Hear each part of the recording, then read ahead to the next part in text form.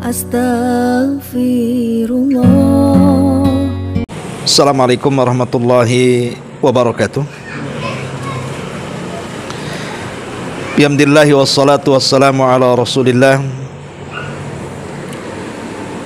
wa ala alihi wa sahbihi wa mawalah wa la hawla wa la quwata illa billahi wa ba'du.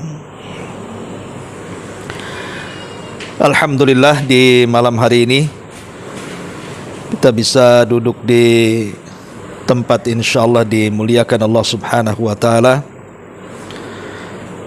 Dan sebagaimana biasa setiap malam Senin ba'da salat Isya kita mengadakan kajian di tempat ini.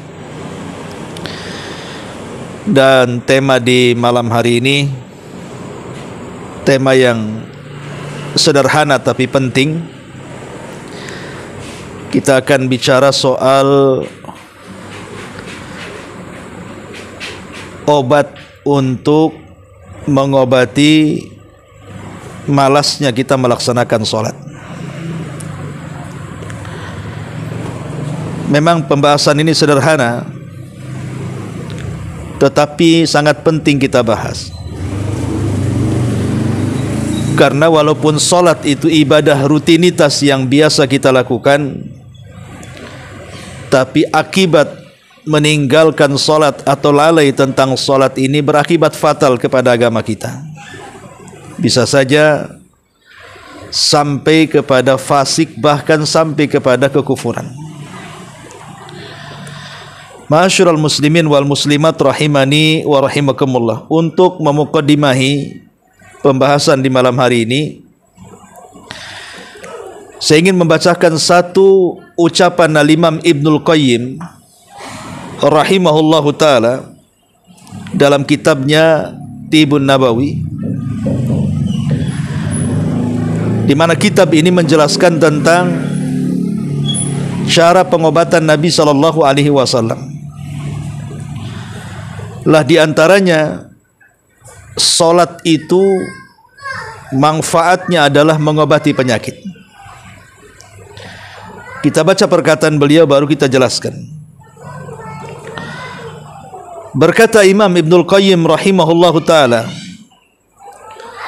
as-salatu majlabatun lirrizqi hafidhatun lisihhati dafi'atun lil adha matradatun lil adwa mukawwiyatun lil qalbi mubayyidatun lil wajhi mufrihatun lin nafsi mudhibatun lil kasali munasyitatun lil jawari mumiddatun lil quwa syarihatun lis sadri mughadhiyatun lir ruhi munawwiratun lil qalbi hafizatun lin ni'mati dafi'atun lin niqmati jalibatun lil barakati mub'idatun minasyaitani muqarribatun minar rahmani. Perhatikan perkataan Imam Ibnul Qayyim rahimahullahu ta'ala. Salat itu pertama bisa mendatangkan rizki. Jadi salat itu bisa mendatangkan rizki. Dari sini kita tahu bahwa salahnya prasangka orang yang menganggap salat itu bisa mencegah rizki.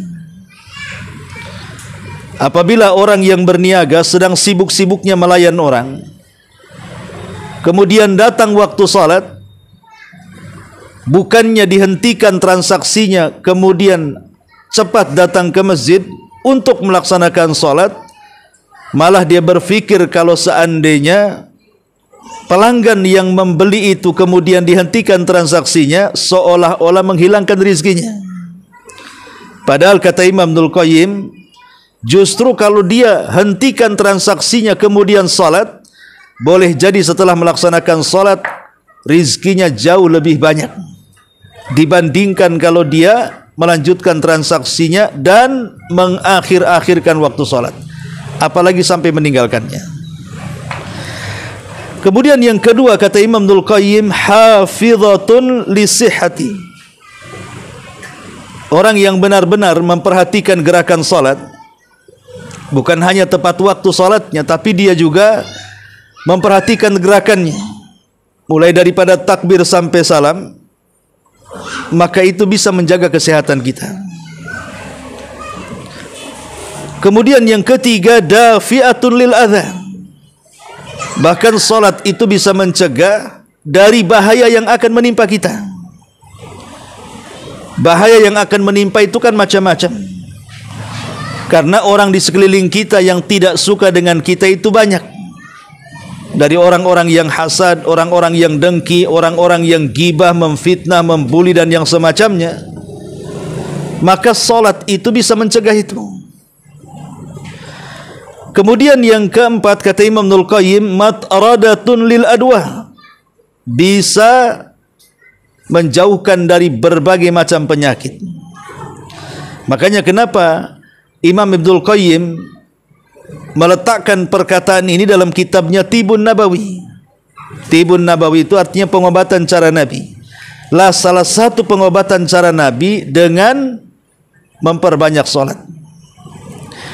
Kemudian yang kelima, mukawwiyatun lil qalbi, bisa menguatkan hati, tidak mudah stres, tidak mudah bingung, tidak mudah sedih, sehingga setiap permasalahan mudah diuraikan. Karena dengan tenangnya hati, masalah apapun pasti ada jalan keluarnya. Tapi kalau sempit hatinya, lemah hatinya, sekecil apapun masalah terkadang bingung cara berfikir untuk keluar dari masalah itu. Kemudian mubayyidatun, yang keenam, mubayyidatun lil wajhi, orang yang suka salat itu wajahnya akan bersinar.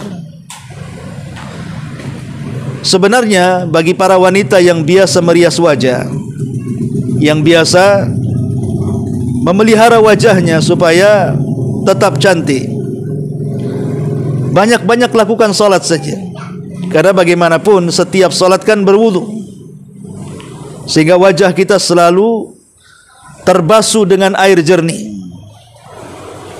Belum lagi memang Allah Subhanahu wa ta'ala yang membuat cahaya wajah setiap orang yang salat itu. Makanya kata Imam Ibnul Qayyim, salat itu bisa memutihkan wajah.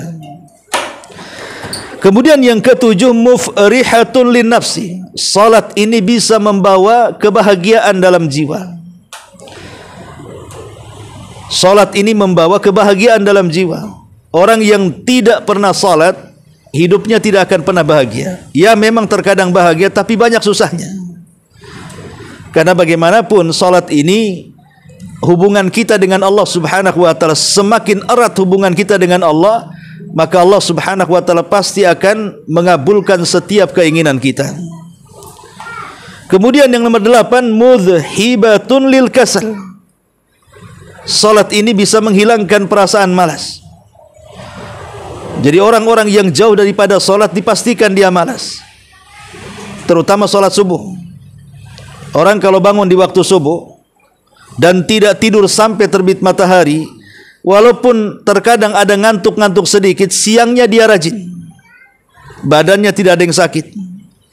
Tapi kalau dia meninggalkan subuh, walaupun boleh jadi tidurnya sampai jam 10 sekalipun, maka dia akan merasakan perasaan malas itu.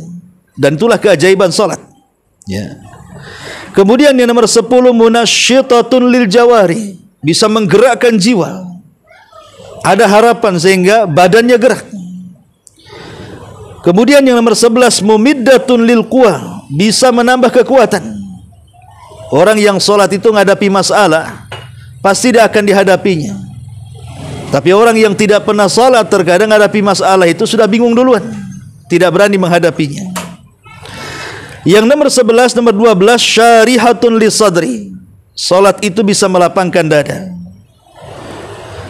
Kemudian yang nomor 12, mughaddiyatun lirruhi, dan salat juga sebagai suplemen jiwa. Kalau badan itu suplemennya makan 3 kali, kalau ruh itu suplemennya dengan cara sholat. Begitulah cara kita kasih makan ruh itu. Kemudian juga yang selanjutnya, yang nomor 13, munawwiratun lil qalbi, bisa membuat hatinya bercahaya. Hafidhatun lin ni'mati, bisa menjaga nikmat. Dafi'atul lin nikmati, bisa mencegah bahaya. Jalibatun lil barakati, bisa mendatangkan barakah. Orang yang salat, keluarganya akan berkah. Kalau orang yang tidak salat, pasti tidak akan berkah. Satu saja dalam keluarga tidak ada yang salat, pasti banyak masalah. Ya. Mub'idatun minasyaitan, dan salat juga bisa menjauhkan dari gangguan syaitan. Orang yang sering salat maka tidak akan kesurupan, tidak akan mudah diberikan was-was syaitan. Dan yang terakhir kata Imam Ibnul Qayyim, muqarribatun minar rahman, salat itu bisa mendekatkan kita kepada Ar-Rahman, Allah Subhanahu wa taala. Inilah perkataan indah daripada Al-Imam Ibnul Qayyim rahimahullahu taala. Ma'asyiral muslimat, muslimin wal muslimat rahimani wa rahimakumullah. Bicara tentang kenapa orang itu malas untuk melaksanakan salat, tentu ada penyebabnya, dan tentunya juga ada obatnya. Kenapa orang bisa malas salat padahal salat itu kewajiban? Setelah 2 kalimat syahadat, jadi posisinya dalam rukun Islam itu dia posisi kedua setelah syahadat. Bahkan di mata para sahabat sendiri, tidak ada satupun perbuatan dosa yang bisa mengeluarkan pelakunya dari Islam kecuali orang yang meninggalkan salat. Begitu pentingnya salat, sampai Nabi SAW sebelum wafatnya saja, kalimat yang terkeluar dari lisan wasiatnya adalah as-salatu salatu wa ma malakat aimanukum. Jaga oleh kalian salat, jaga oleh kalian salat dan hamba-hamba sahaya kalian. Ma'asyiral muslimin wal muslimat rahimani wa rahimakumullah. Baik, ya. Kita akan menjelaskan tentang bagaimana supaya kita tidak malas untuk salat. Yang pertama, at-tawajjuh ilallahi bid-du'a. Cobalah berdoa kepada Allah Subhanahu wa taala agar Allah Subhanahu wa taala tidak membolak-balikan hati kita. Karena yang namanya hati, kata Abdullah ibn Mas'ud radhiyallahu an, terkadang mukbil, terkadang mudbir. Terkadang semangat, terkadang lesu. Itulah hati manusia. Terkadang rajin salat itu, khusyuk salat itu, tapi terkadang malas, cenderung mengakhir-akhirkan waktu. Salat pun asal-asalan, tidak tumakninah, tidak khusyuk gitu ya. Kenapa sampai seperti itu? Karena hati kita ini mudah terbolak-balik. Ada waktunya semangat, ada waktunya lesu. Makanya berdoalah kepada Allah, minta agar hati kita tidak dibolak-balikan, sehingga kita malas untuk beribadah, terutama melaksanakan salat. Maka yang pertama adalah berdoa kepada Allah Subhanahu wa taala, minta ketetapan hati. Yang kedua, al-ibtiad aniz dzunub. Coba tinggalkan dosa. Karena di antara pengaruh maksiat dan dosa adalah malas untuk melakukan ibadah. Orang kalau sudah banyak dosanya, banyak maksiatnya, dipastikan malas ibadah.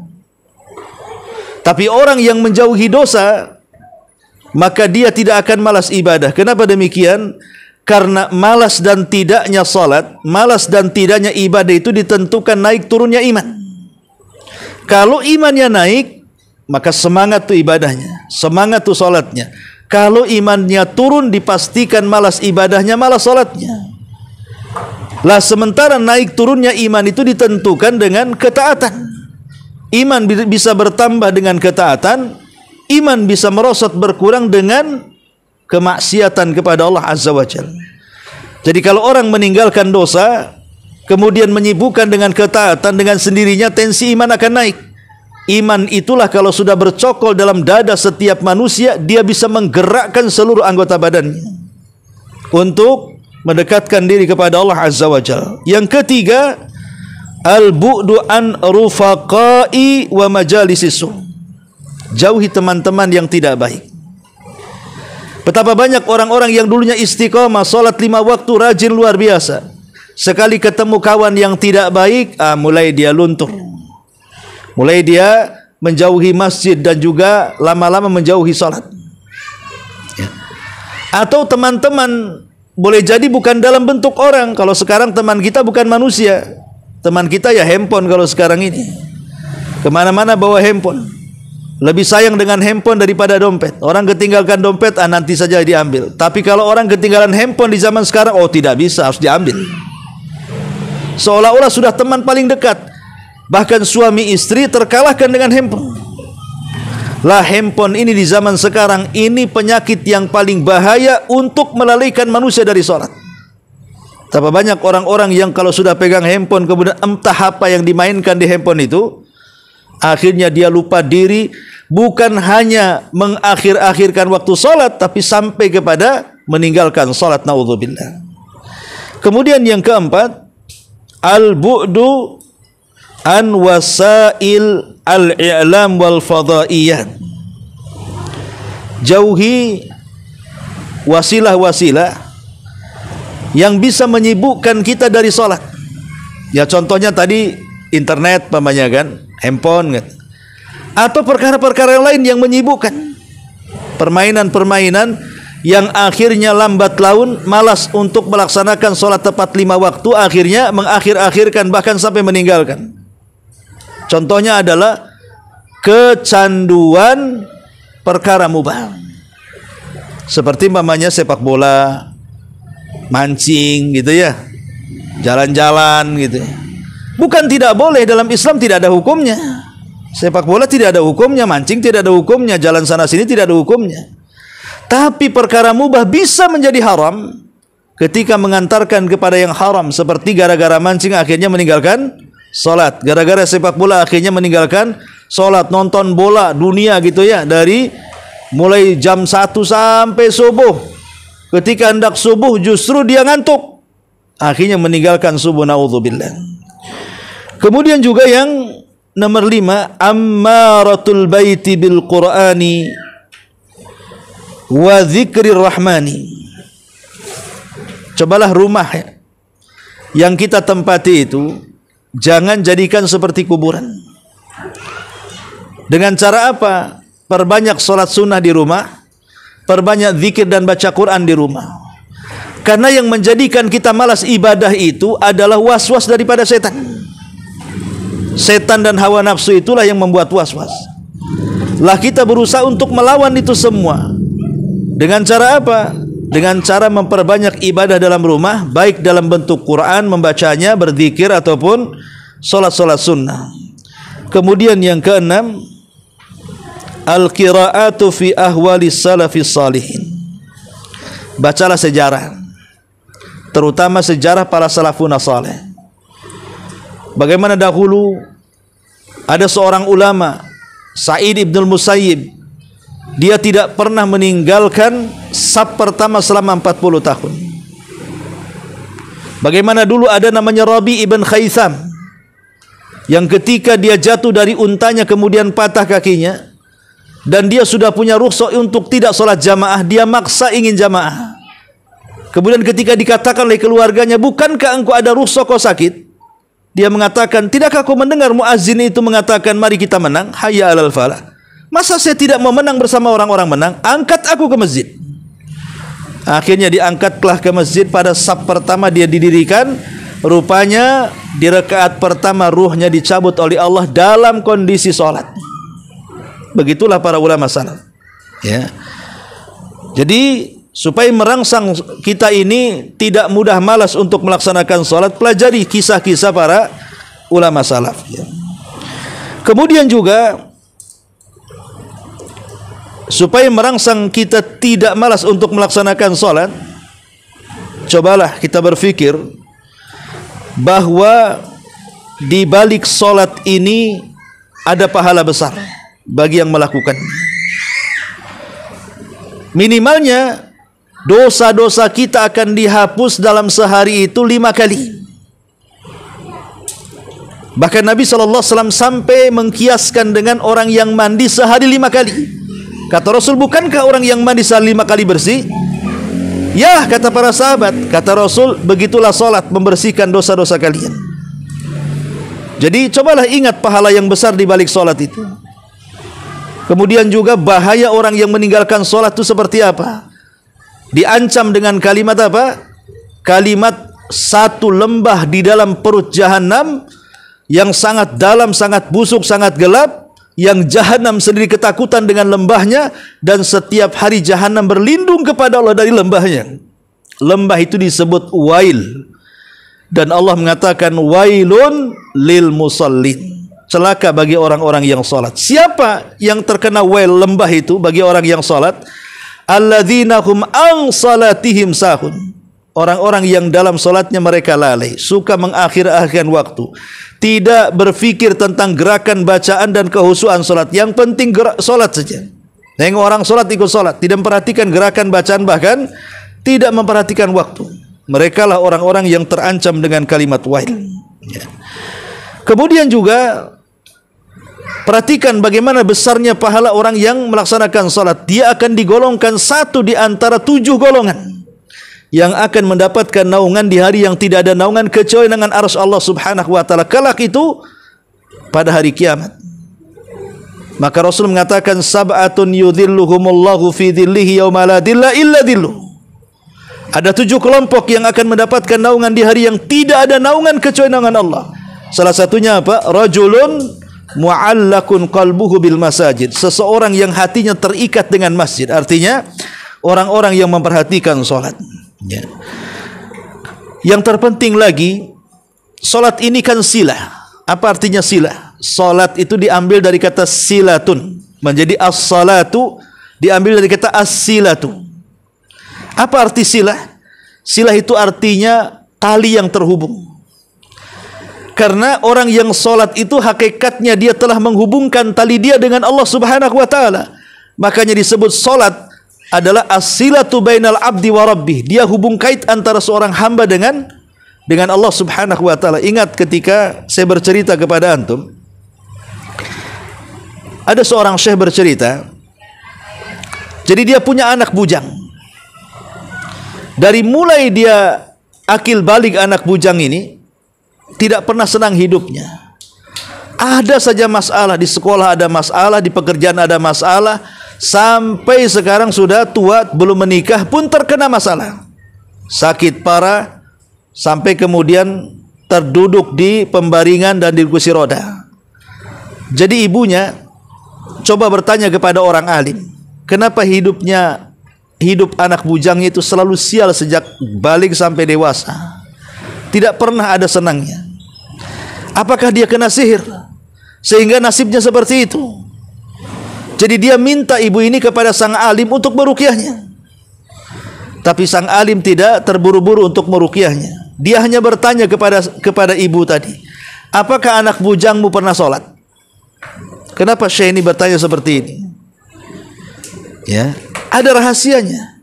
Jadi tidak langsung diruqyah, tapi ditanya, apakah putramu sholat? Katanya.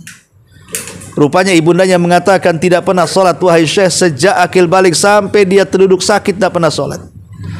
Maka syekh ini mengatakan, itulah penyebab kehidupan anakmu tidak pernah bahagia. Bukan sebab kena sihir orang, tapi karena anakmu tidak sholat. Bagaimana orang yang tidak sholat kemudian hidupnya tidak bahagia? Ya, karena orang yang meninggalkan sholat itu bisa dilaknat. Coba bayangkan, bangun tidur dia tidak subuh, dia dilaknat. Nanti siang sedikit meninggalkan duhur, siang dilaknat. Kemudian sore sedikit asar tidak melakukan asar, dia dilaknat. Kemudian menjelang waktu malam, maghrib tiba tidak melaksanakan maghrib, dilaknat lagi. Kemudian sebelum tidur dia meninggalkan isya, dilaknat lagi. Bayangkan 1 hari 5 kali dilaknat, macam mana akan bahagia hidupnya? Ya. Jadi orang yang meninggalkan solat sampai 5 kali berarti 5 kali dilaknat oleh Allah dan para malaikatnya. Macam mana orang dilaknat akan mendapatkan kebahagiaan? Jadi syekh ini mengatakan, kunci kenapa anakmu tidak pernah bahagia karena anakmu tidak pernah solat. Kalau ingin bahagia suruh dia solat. Ya, jadi solat itu termasuk silah. Dia bagian penghubung antara kita dengan Allah Subhanahu wa taala. Bahkan salat sendiri, ketika muadzin memanggil kita dengan panggilan Allahu Akbar, itu bukan panggilan biasa. Yang memanggil itu bukan muadzin, tapi yang memanggil itu Allah Subhanahu wa taala merintahkan kita untuk melaksanakan kewajibannya. Kalau kita anggap orang yang azan itu dia yang memanggil, saya kira kita tidak pernah datang ke masjid untuk sholat. Tapi kalau kita anggap bahwa muadzin itu hanya sebagai penyampai saja, bahwa yang memanggil sebenarnya Allah, supaya kita sholat, makanya di permulaan azan Allahu Akbar, Allah itu maha besar, kita ini kecil, maka tentu orang tidak mungkin tidak akan melaksanakan salat, karena dia tahu panggilan ini panggilan Allah. Jadi kalau kita berpikir bahwa panggilan itu adalah panggilan muadzin, ya selamanya kita tidak akan ke masjid. Karena terkadang muadzin ini lebih rendah mungkin posisi dia di dunia, tapi ketahuilah dia lebih tinggi posisinya di hadapan Allah Subhanahu wa ta'ala, karena dia akan mendapatkan pahala sejauh suara yang didengarnya dan sebanyak makmum yang salat di belakangnya. Itulah seorang muazzin, pahalanya besar, lehernya paling panjang pada hari kiamat. Ma'asyiral muslimin wal muslimat rahimani wa rahimakumullah. Bahkan kita tahu bahwa Allah menjadikan salat itu sebagai wasilah pertolongan. Jadi kalau kita ada masalah yang tidak bisa keluar dari masalah itu, rasanya dunia kiamat, karena sudah mungkin kalau benang itu sudah kusut, tidak tahu dari mana harus mencabut, harus mengurai. Pokoknya aduh kiamat, kiamat, kiamat. Karena saking besarnya masalah, saking kusutnya masalah, dia pun menganggap tidak bisa keluar dari masalah itu. Sebenarnya bisa keluar. Masalah seberat apapun bisa kita keluar. Caranya apa? Minta pertolongan. Dengan apa kita meminta pertolongan? Allah katakan wasta'inu bis-sabri was-salah. Mintalah pertolongan kepada Allah dengan cara apa? Pertama sabar. Harus sabar menghadapi masalah. Yang kedua salat. Melibatkan Allah untuk ikut menyelesaikan masalah kita. Sebab kalau Allah ikut campur tangan menyelesaikan masalah yang diturunkan kepada kita, Allah yang membuat masalah, Allah yang mengurainya. Kenapa kita harus pusing-pusing? Ya, jadi salat itu justru bisa menjadi tempat kita ini mencari pertolongan kepada Allah untuk menyelesaikan permasalahan. Makanya Rasul dikatakan Hudzaifah ibnul Yaman, kana Nabi sallallahu alaihi wasallam idza hazabahu amrun fazi'a ila shalah. Rasul itu kalau ada masalah besar, maka Rasul segera melaksanakan salat untuk menguraikan masalah-masalah tadi. Ya. Ma'asyiral muslimin wal muslimat rahimani wa rahimakumullah. Lah setelah kemudian kita mendengarkan beberapa wejangan-wejangan dari para ulama di sini tentang pentingnya salat, bahwa salat ini juga bagian daripada rukun Islam yang kalau sampai ditinggalkan bisa kufur, dengan segudang keutamaan dan pengaruhnya. Maka apakah setelah kita mendengarkan hal ini kita masih juga meninggalkan salat? Maka saya kira tidaklah orang yang meninggalkan salat kecuali orang tidak berakal. Orang yang meninggalkan salat itu sebenarnya orang gila. Sebab kalau dia waras dan berakal dan dia tidak gila, pasti dia tidak mungkin meninggalkan salat. Hanya orang gila yang meninggalkan salat itu. Karena orang yang berakal itu tahu bahwa salat itu bagian daripada rasa syukur akan nikmat yang Allah anugerahkan kepada kita. Coba bayangkan di badan kita itu berapa banyak nikmat yang Allah berikan coba. Mata bisa memandang, telinga bisa mendengar, lisan bisa bicara, kaki bisa melangkah, tangan bisa digerakkan untuk mengangkat sana, mengangkat sini. Ya.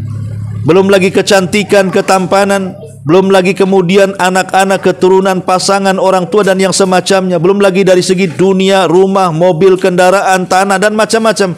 Kita tidak bisa menghitung nikmat Allah. Wa in ta'uddu ni'matallahi la tuhsuha. Kalau engkau hendak menghitung nikmat Allah, enggak mungkin kehitung. Lah nikmat ini kan harus disyukuri kan? Lah salat ini adalah salah satu bentuk syukur yang paling agung akan nikmat yang Allah anugerahkan kepada kita. Makanya kenapa Nabi ketika ketahuan kakinya pecah-pecah oleh Aisyah gara-gara setiap malam dia sholat malam dan dia habiskan separuh malam atau sepertiga malam untuk sholat malam sampai kakinya akhirnya pecah-pecah. Aisyah mengatakan, ya Rasul, hentikanlah ibadah yang memberatkan kamu itu. Cukup aja dengan yang wajib-wajib. Seolah-olah Aisyah radhiyallahu an mengatakan kepada Rasul, ya Rasul, jangan seperti inilah keterlaluan. Jaga juga kesehatanmu. Jangan sampai kakimu rusak sehingga pecah-pecah berdarah-darah seperti ini. Tapi Nabi SAW membantah Aisyah dan mengatakan, ya Aisyah, afala akunu abdan syakura. Wahai Aisyah, salahkah saya menjadi hamba yang bersyukur kepada Allah? Biarkan saya salat. Dari sini kita tahu bahwa salat itu adalah seagung-agungnya syukur. Jadi kalau kita mensyukuri nikmat Allah, maka nikmat kita akan ditambah. Tapi kalau kita kufur dengan Allah, maka nikmat kita akan dikurangi. La, salat ini seagung-agungnya syukur, maka siapapun yang salat pasti akan diberikan banyak nikmat, sebagaimana perkataan Imam Ibnul Qayyim rahimahullahu taala di permulaan muqaddimah kajian tadi. Betapa indahnya salat dengan berbagai macam keutamaan yang disebutkan dalam Al-Quran atau hadis-hadis Nabi sallallahu alaihi wasallam. Wallahu alam, saya kira ini yang bisa sampaikan karena suara saya juga terbatas ya. Jadi mudah-mudahan ada manfaatnya dan mudah-mudahan bisa dengar juga dengan teriakan-teriakan saya. Kita tutup dengan doa kafaratul majlis. Subhanakallah bihamdika, asyhadu an la ilaha illa anta astaghfiruka wa atubu ilaik. Allahu taala alam.